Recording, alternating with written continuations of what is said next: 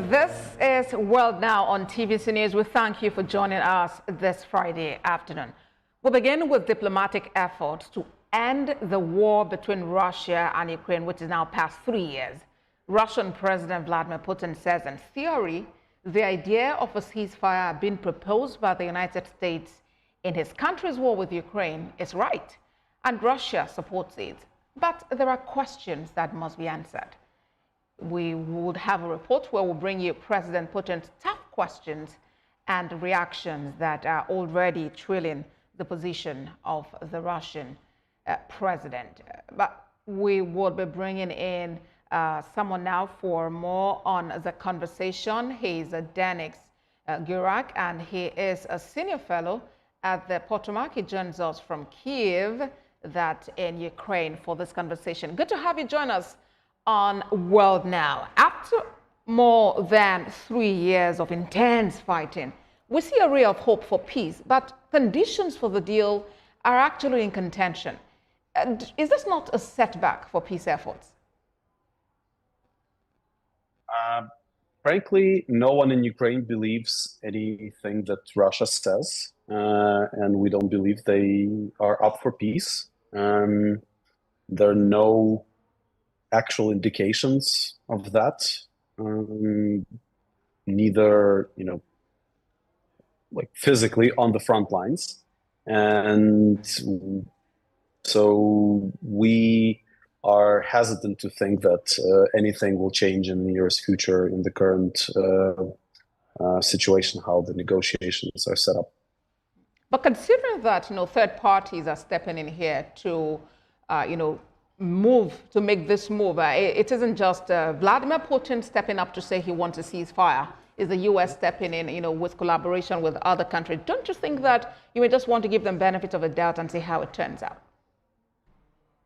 Well, sure, we will give them benefit of the doubt, but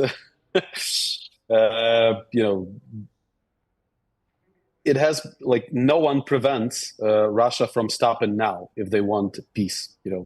It's very easy, just stop attacking us.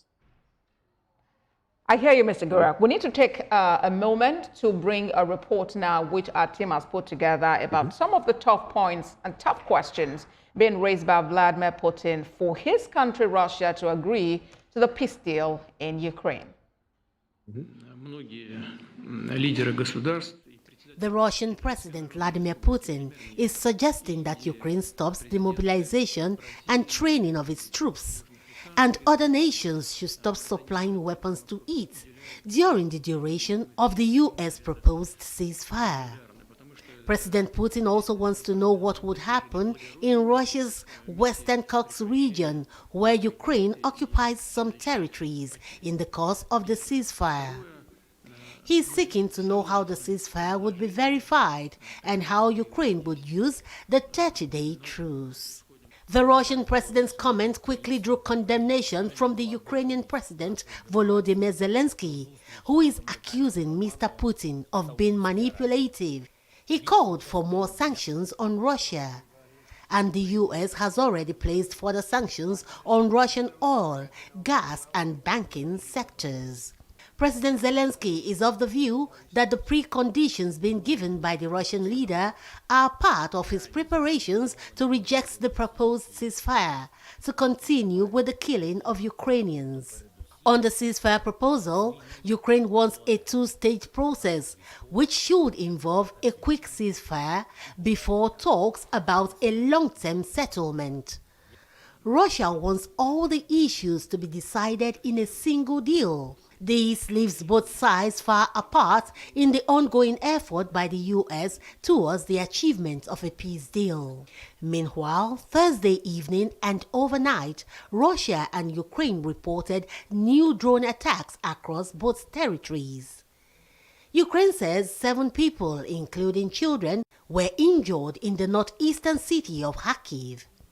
Russia reported a large fire at an oil facility in the southern city of Tuapse.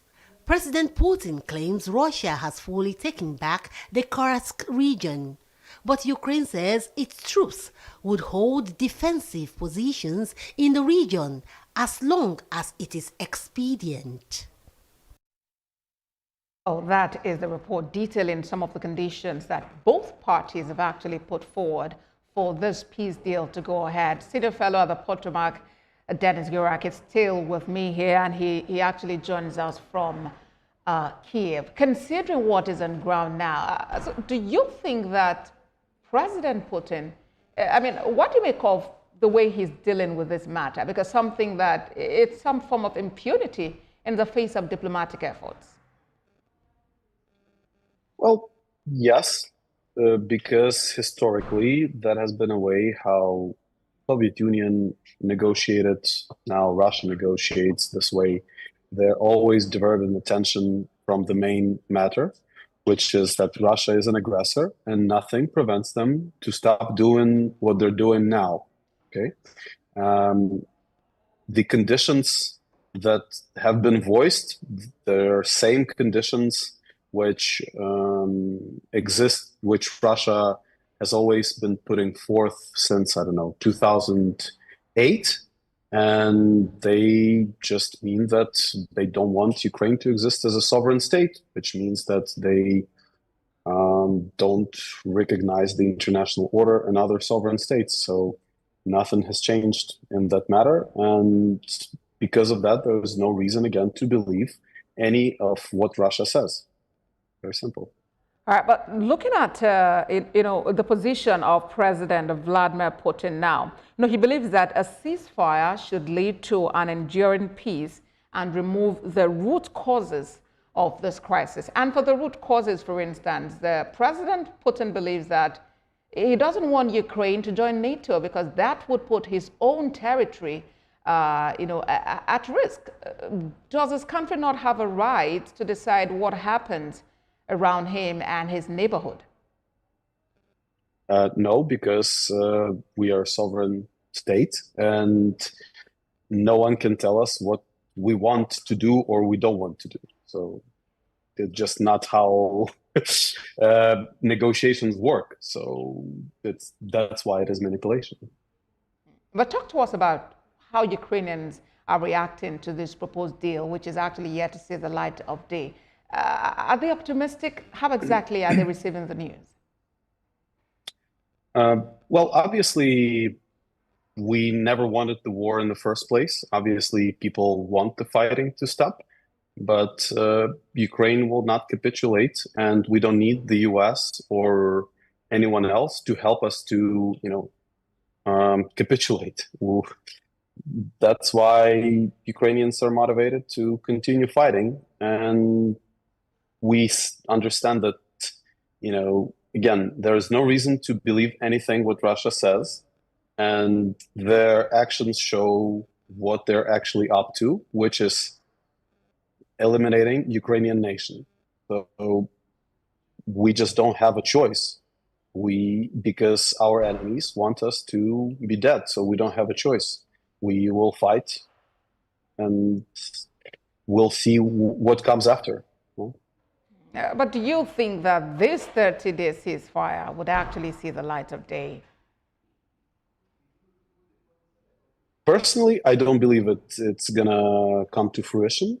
However, of course, if that happens, that would be definitely a step forward. So again, because Ukrainians didn't want the war in the first place. We are not the aggressor. We are not the ones who started the attack. However, and because of that, all of these demands, we're just not going to accept them. So whether it's a deadlock now or whether it's a deadlock in future, it's going to be a deadlock if Russia doesn't stop and doesn't withdraw from our country, which they shouldn't have done in the first place. But it does appear now that while Russia is making incursions into your country also seems to be making some level of incursion into Russian territory. Isn't that the case?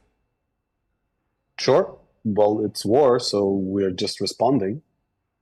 We are acting in our own interest, which is, I think, very logical. All right, then. Senior Fellow, the Potomac Foundation, Dennis Gurak, thank you very much for sharing with us on World Now. Thank you. Thank you for having me.